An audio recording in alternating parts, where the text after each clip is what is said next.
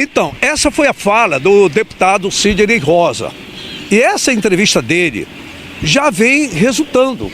O governador do estado foi acessível, tratou de reunir todos os setores estratégicos, táticos do estado e também empresas, enfim, que estão ligadas com a questão do trânsito, venda de moto, venda de carro, venda de bicicleta, tudo isso. E a consciência e sensibilidade de cada um de nós, cidadãos condutores e pedestres.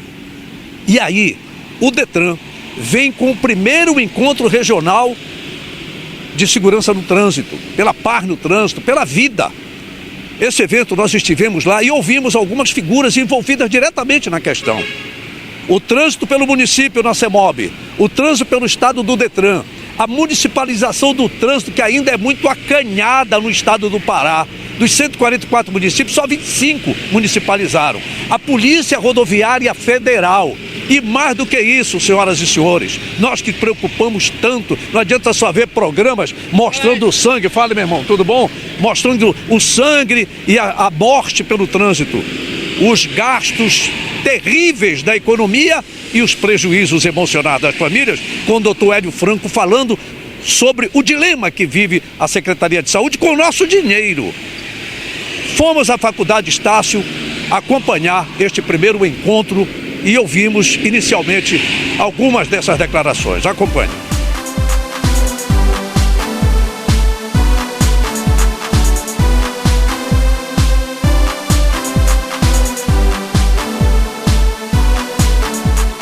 Diego Valente é coordenador de educação do Detran. A discussão pode ser a mais ampla que for, mas tem que passar pela educação, Diego. Eu estou errado? Concordo. A base de tudo da pirâmide é a educação de trânsito, né? Ou seja, a gente tem um trabalho muito fundamentado na psicologia, na pedagogia, que a escola é a base de tudo, é o fundamental. Então a gente tem ações educativas nas escolas. Porém, a gente tem um público um pouco adulto que a gente precisa fazer um trabalho diferenciado. O encontro hoje, ele visa trabalhar esse público mais elevado.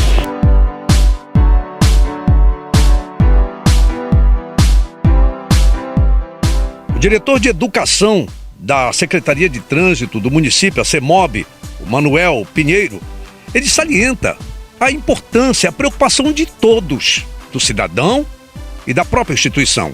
Esse encontro é um anseio, né, de todos os órgãos, principalmente da capital, Polícia Rodoviária, Detran e CEMOB, é onde lutamos muito para trazer vários municípios. Então aí nós temos uma média de quase 25 municípios, né, que estão participando, e discutir a educação no trânsito, né? O que a capital faz, o que o Detran como estado faz, o que a PRF, o que os municípios fazem, que lá é a problemática maior, né? Como trabalhar aquilo com um recurso reduzido, mas que os setores de educação de trânsito de cada órgão fazem um trabalho muito importante. E aí nós vamos estar mostrando no encontro várias ações e como trabalhar isso, como recurso, sem recurso, trabalhar o álcool, trabalhar a bebida, a direção, o planejamento dentro do próprio órgão, que às vezes é importante, a educação do trânsito, trabalhar o seu próprio órgão, que às vezes deixa de fazer, se preocupa muito trabalhar a via, né? E esquece que os funcionários também fazem parte do nosso trânsito. E nós estamos fazendo isso. Então a CEMOB, junto com os outros órgãos, estamos trabalhando nesse sentido, de fortalecer e aprender com eles também. Nós vamos ganhar muito, essa junção de esforço, de troca dessas ideias que vai fazer com que o trânsito melhore no nosso estado. A educação está no primeiro passo, justamente para estar orientando aqueles condutores, os moradores da área, para dizer que aquela avenida que era sentido duplo, hoje ela é sentido único, aonde não existia o radar, hoje tem radar, e fazendo as campanhas junto com os outros órgãos. Nós estamos trabalhando agora a campanha do idoso, dentro do ônibus, né? O assento que não existe mais, os assentos preferenciais, todos os assentos são preferenciais. Então está buscando nessa nossa luta, trabalhar todos os pontos.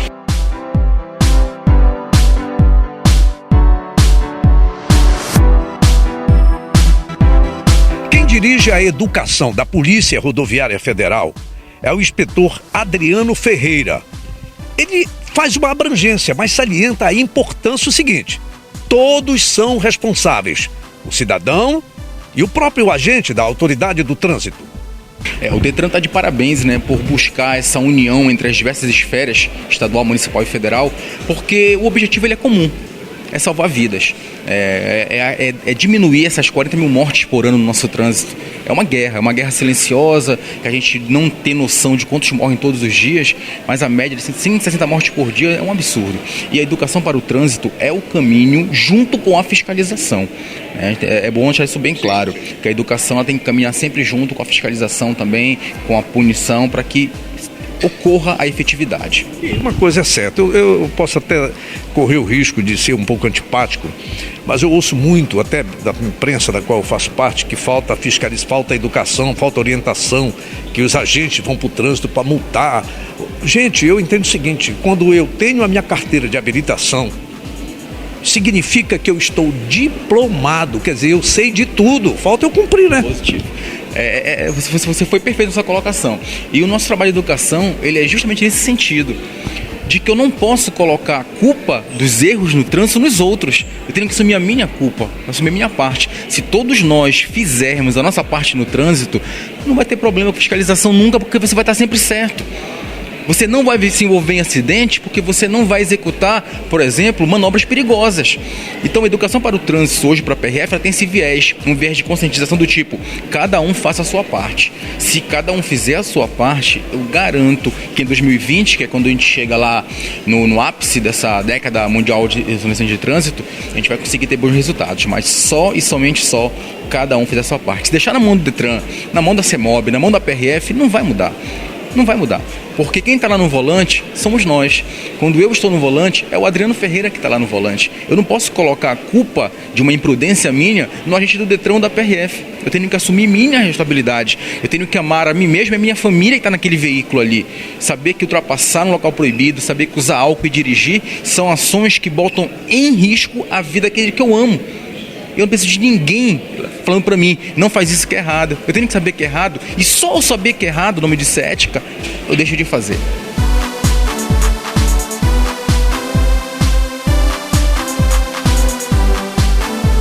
O diretor de operações do Detran, Walter Aragão, um dos cabeças deste primeiro encontro de segurança no trânsito, ele pontua várias situações. No entanto, destaca como o órgão vem atuando na educação do trânsito pelas escolas, buscando multiplicadores em busca desta paz no trânsito.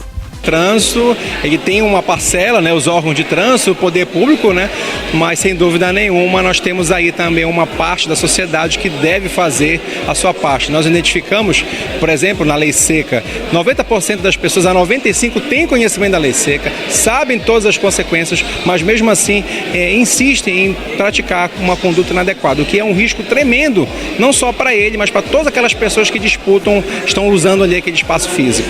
Eu estou observando que o Detran vem divulgando de uma forma mais assídua os dados com relação a acidentes e mortes e que tipo de veículo. Como é que isso está agora? Olha, nós infelizmente nós temos aumentado os índices de acidente, a fiscalização tem sido muito forte, nós temos fortalecido principalmente a questão da lei seca e um combate à irregularidade nas motocicletas. Nós temos um dado muito elevado com relação a acidentes com motocicleta. Belém, infelizmente, hoje nós temos em média 30 acidentes por dia, o que nos causa muita preocupação. Na sua grande maioria, em pequenas proporções. Mas se esse índice começar a evoluir, começar a aumentar proporcionalmente à frota de Belém, que hoje compreende aproximadamente 30% da frota de todo o estado, então realmente nós temos que nos preocupar, parar realmente para discutir, como esse encontro, políticas, ideias, práticas realmente para reverter esse quadro. E eu acho que aqui é um momento ideal para nós realmente definitivamente, digamos, alavancarmos a redução de acidentes com todos os órgãos envolvidos e, lógico, sem dúvida, a parcela da sociedade civil. Bom, a gente tem ouvido aqui, antes de começar esse evento, a felicidade e até elogios ao Detran, sempre tão criticado, né? O Detran é muito criticado, eu acredito que entre todos. Mas assim, esse fato de vocês conseguirem juntar o município, o estado e a União, e o objetivo é um só, né? Vida. Isso é realmente um fato inédito no estado do Pará, é o primeiro encontro regional, nunca antes nós tivemos um evento nessa magnitude, nessa proporção, como nesses órgãos unidos, no mesmo ideal, que o quê? A educação, ela é a primordial, a educação ela é o fator de transformação do comportamento. Eu acho que é o primeiro passo que está sendo dado para realmente o estado alavancar um grande projeto para a redução de acidentes. E contamos com todas as forças, né, União, Estado e Município e, sem dúvida, a sociedade civil.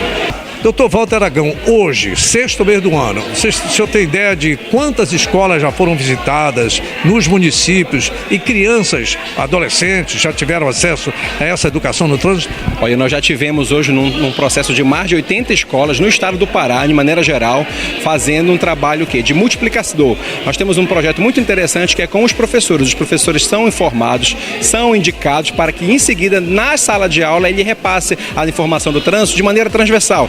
Por exemplo, na biologia, na matemática, enfim, ele consegue inserir essa metodologia para as crianças dependendo da idade daquela criança. Então nós temos um fator multiplicador. Se nós formos multiplicar 80 escolas e multiplicar isso por uma sala de aula que tem 30, 40, 60 alunos, então realmente esse número ele vai espraiar mais de 200, 300 pessoas atendidas. Para você ter uma ideia, nós tivemos um evento recentemente em Itaituba, onde quase 400 pessoas foram formadas mototaxistas. É um outro tipo de projeto, mas também, de certa forma, é o quê? Educação para o trânsito, colocando um comportamento seguro naquelas pessoas que são usuárias, têm o seu ganha-pão no trânsito. Então, os projetos estão sendo tocados, estão sendo, geridos pela educação e nós esperamos até o final do ano atingir o máximo possível de escolas. Eu acho que aqui o ideal também, por exemplo, uma parceria com a SEDUC, com as secretarias municipais de educação, elas são peça importante nesse processo. O Propaz completa 12 anos, completou. Aí a doutora Isabela disse, olha, não é com o Propaz, é com a secretária de integração. Só que o Propaz tem muito a ver com essa integração de educação que o Detran propõe ao integrar município, estado e União. Na realidade, eu diria que a gente hoje tem um desafio a mais, né? O Propaz hoje ele trabalha cada vez mais essa chegada muito próximo da sociedade, muito próximo da família, unindo a escola, para que a gente conscientize e trabalhe a cultura de paz. A Secretaria de Integração, ela une outras instituições, reforça a importância e a responsabilidade num tema tão importante que é a prevenção da mortalidade no trânsito. Dentro do Índice de Progresso Social, a mortalidade no trânsito é um indicador importante. E é um indicador que nós temos que estar atentos. Por quê? Segundo o Unicef, é um dos dados que mais mata os nossos adolescentes, jovens, meninos, jovens que vêm morrendo nas ruas. Hoje a motocicleta, para nós, é aí um meio de transporte que nos preocupa o tempo inteiro. O acesso aumentou, mas a gente precisa garantir a segurança nesse acesso. A segurança, muitas vezes, de família, que você não tem uma ou duas pessoas, mas às vezes você vê 4 pessoas em cima de uma motocicleta, sem o uso do capacete. Você vê vias que precisam ter eu diria que não só a sinalização, mas a sinalização e a educação de quem usa essas vias. Então eu te diria que por isso que eu costumo dizer que não é só mais o Propaz, é o Propaz juntamente com outras instituições. E aí eu louvo essa iniciativa do Detran, que juntamente com todos os municípios, e reforço, a municipalização do trânsito é muito importante. O município ele tem que fazer a sua parte, ele pode fazer a sua parte. O doutor Hélio Franco já foi secretário de Saúde do estado do Pará. Ele está aqui nesse primeiro encontro regional do trânsito do Pará, representando o secretário doutor Vitor Mateus. No final das contas, passa tudo pela Secretaria de Saúde, doutor Hélio. Vai tudo para lá. Pra você ter uma ideia, o ano passado, o Metropolitano, o Estado gastou 60 milhões de reais em 2015 só para atender trauma causado pelo trânsito. No Brasil, o ano passado, morreu 44 mil pessoas. Em 10 anos da guerra do Vietnã, não conseguiram matar isso. Aqui no Brasil, morre num ano. São 120 pessoas que morreram por dia no Brasil. 130 morreu na França naquele atentado, foi uma comoção mundial. Aqui morre 120 por dia. Como morre salpicado, isso não aparece, está meio banalizado.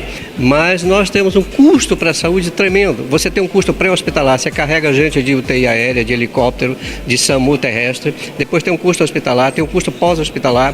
O Estado teve que fazer um hospital que é o Galileu. É um hospital de referência para tratar depois que atendido no Metropolitano. A emendar osso, fazer extensão óssea, essa coisa toda. Os hospitais regionais do interior, 65% deles é ocupado por trauma. Então isso é um absurdo. Nós estamos com um problema, é um problema hoje de saúde pública. Agora, só a saúde ela só vai receber isso, ela não vai resolver isso. Por isso é que é importante essa educação no trânsito, envolver outras políticas, educação, cultura, lazer, todo mundo tem que estar envolvido nisso. E cada cidadão, eu acho que o sujeito tem que sair de casa e deixar de falar que vai enfrentar o trânsito. Ele tem que dizer que vai cooperar com o trânsito, vai participar com o trânsito, que não vai machucar ninguém, nem vai se machucar. Só assim, numa condição participante ética, que a gente vai conseguir mudar isso. A Suécia está trabalhando trauma zero. Nós aqui estamos matando 120 por dia. Sabe quanto custa um óbito para o Brasil? 500 mil reais. O IPEA faz essa conta, pode entrar no Google. 500 mil reais quando a pessoa morre. Então isso é um absurdo, que isso sai do bolso de todo mundo. As pessoas não percebem isso. Em vez de você ter dinheiro para equipar o hospital, para fazer outros serviços, comprar medicamentos, estente, você está gastando recursos financeiros, que são poucos já no Brasil, com coisas absolutamente evitáveis, que é o acidente no trânsito.